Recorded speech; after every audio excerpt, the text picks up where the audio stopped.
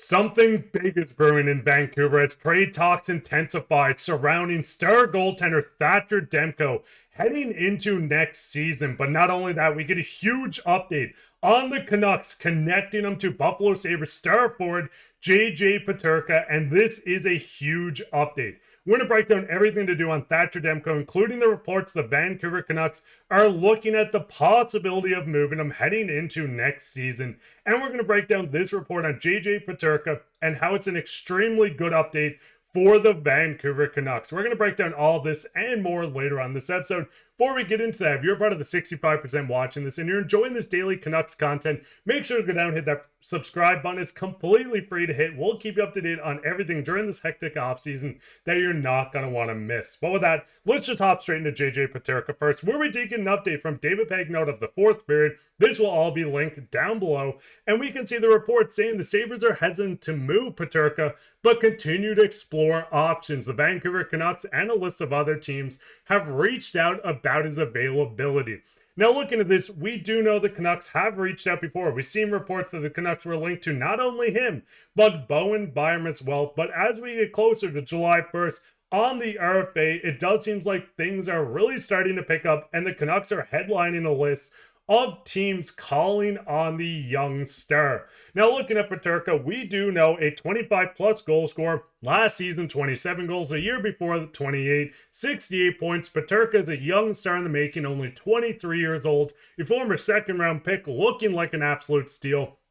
Peterka is the exact piece the Vancouver Canucks need to look at to get to bolster this top six heading into next year, especially if star forward Brock Boeser does end up walking to a new team in free agency. Now with Peterka, there's a couple things you need to look at. The first thing being he is an RFA. So if the Canucks do trade for him, you do need to still sign a contract, and Scotiastat has him linked at a $7.3 million deal on a 6-year deal. This would lock him up through the entirety almost of his 20s. Someone that has, and it gets very close to 30 goals each season. Some comparables on the contract: Hagel, Tippett, Byfield, Jarvis, and Terry. All these guys signed their extensions, and they're looking like absolute steals of a contract. With the contracts and the salary cap continuing to rise, locking up someone that can be a perennial 30-goal scorer for your team in the right environment is something the Canucks need to desperately continue looking at. As I said, 27 goals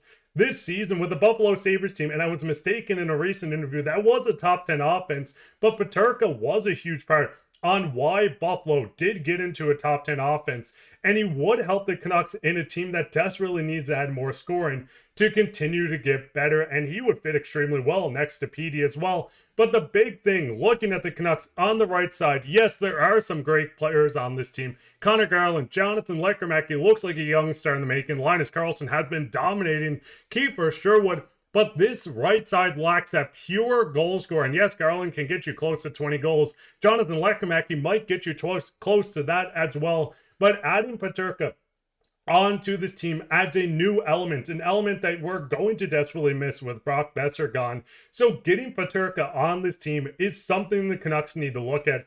Yes, you do need to pay someone that scored almost 30 goals this season. Yes, it's going to cost quite a bit. The Canucks do not have the draft capital to go out and offer Sheep Peterka on a $7 million deal unless they trade down from their third pick to get their own back. But the Canucks do need to continue looking at this, with the Sabres kind of being hesitant but still fielding calls on their young star. This is the perfect opportunity for them to make this work. But what's your guys' thoughts on that? The Canucks do desperately need to fill it out. Is Peterka the exact piece you want the Canucks to get? Yes, I know a center is something they need to look at, but Peterka does help for not only right now, but for the future as well. But looking at the next report, we do know, we've seen reports coming out that Patrik Allvin, Jim Rutherford were looking at possibly extending Thatcher Demko, and they wanted to have a good goaltending core. But we're going to dive into even more reports coming from David Pagnotta. A young, controllable top six forward might be enough to pry Thatcher Demko out of Vancouver. Now, with this, we're going to look at a lot of things surrounding this. Yes, the Canucks do need to add more top six, a top six center, a top six winger. But with the Canucks, we know how good the goaltending has been, and we know they just recently signed a new contract on Kevin Lankinen, which made the future even more murky for Thatcher Demko. Diving into Thatcher, you are losing on a Vezina Canada goalie, someone that can drag you into the playoffs. And I don't want to say he dragged them last season, but he was a huge part on why the Canucks were so successful last year and came into this year as the favorites for the President's Trophy. But with the Canucks losing Demko, you are either stuck with a goaltender in Lankinen that doesn't fulfill his contract, or you are stuck with moving on from Demko and he flourishes on another team, leading them to a Stanley Cup. But the biggest thing is management has made it very clear they're not moving Kevin Lankinen. He is on this team. They want to keep him. They want to continue rolling with him. So if the Canucks look at next season and say, hey, we have available options at goaltending, we don't want to pay Thatcher Demko his $5 million, going into next year, as they don't want to spend this much against the cap on goaltending, they do have options. You do have a couple guys in the system, and I'm going to touch on one of them in particular shortly, in Artur Shilovs, where we did see him have a stint. Wasn't the best, 2-6, but he has been absolutely dominating the AHL.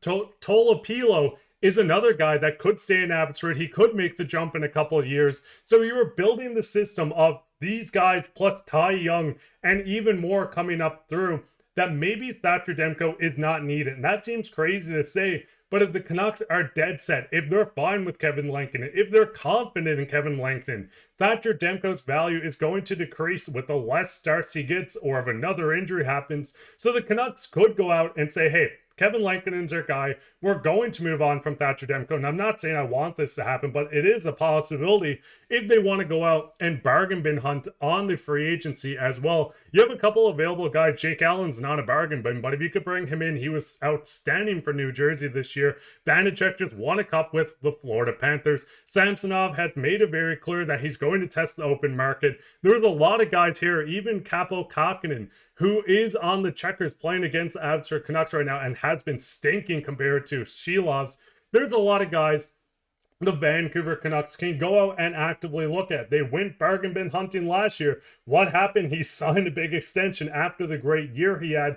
But you also have a young blossom goaltender in Artur Shilovs, the Artie Party. He has been dominating. Yes, they lost last night, but they still have 2 more games to secure their first Calder Cup championship with the MVP going to Shilovs without a doubt. A .931 save percentage. It's a .940 something in the finals. Shilovs has the possibility to blossom into a starting goaltender, or at least a very viable backup going into not only next year, but the seasons to come. So if the Canucks are actively looking to make this forward core better, if they're looking at Thatcher Demko and they say, hey, Kevin Lankinen's our guy, we're going to move on from him, there is a real possibility that we're going to see a lot of changes going into next year. But what is your guys' thoughts on this? What is your thoughts on the JJ Peterka stuff? Is this the guy you want the Canucks to target? What's your thoughts on the Thatcher Demko stuff? As soon as I can find it, going into next season, would you move him from young, controllable top 6 forward? Maybe he goes to Philly. They're looking for a goaltender. Rick Tocchet is there. Maybe you pry out a really good piece from that team as well, as they have a lot of young forwards and they're looking to build their back end or goaltending. What are your guys' thoughts on this? Go ahead and leave a comment down below. While you're down there, leave a like, subscribe, share this with your friends. I'll be back with another episode, so keep your eyes out for that. But I've been your host, Mark Pye, and take care.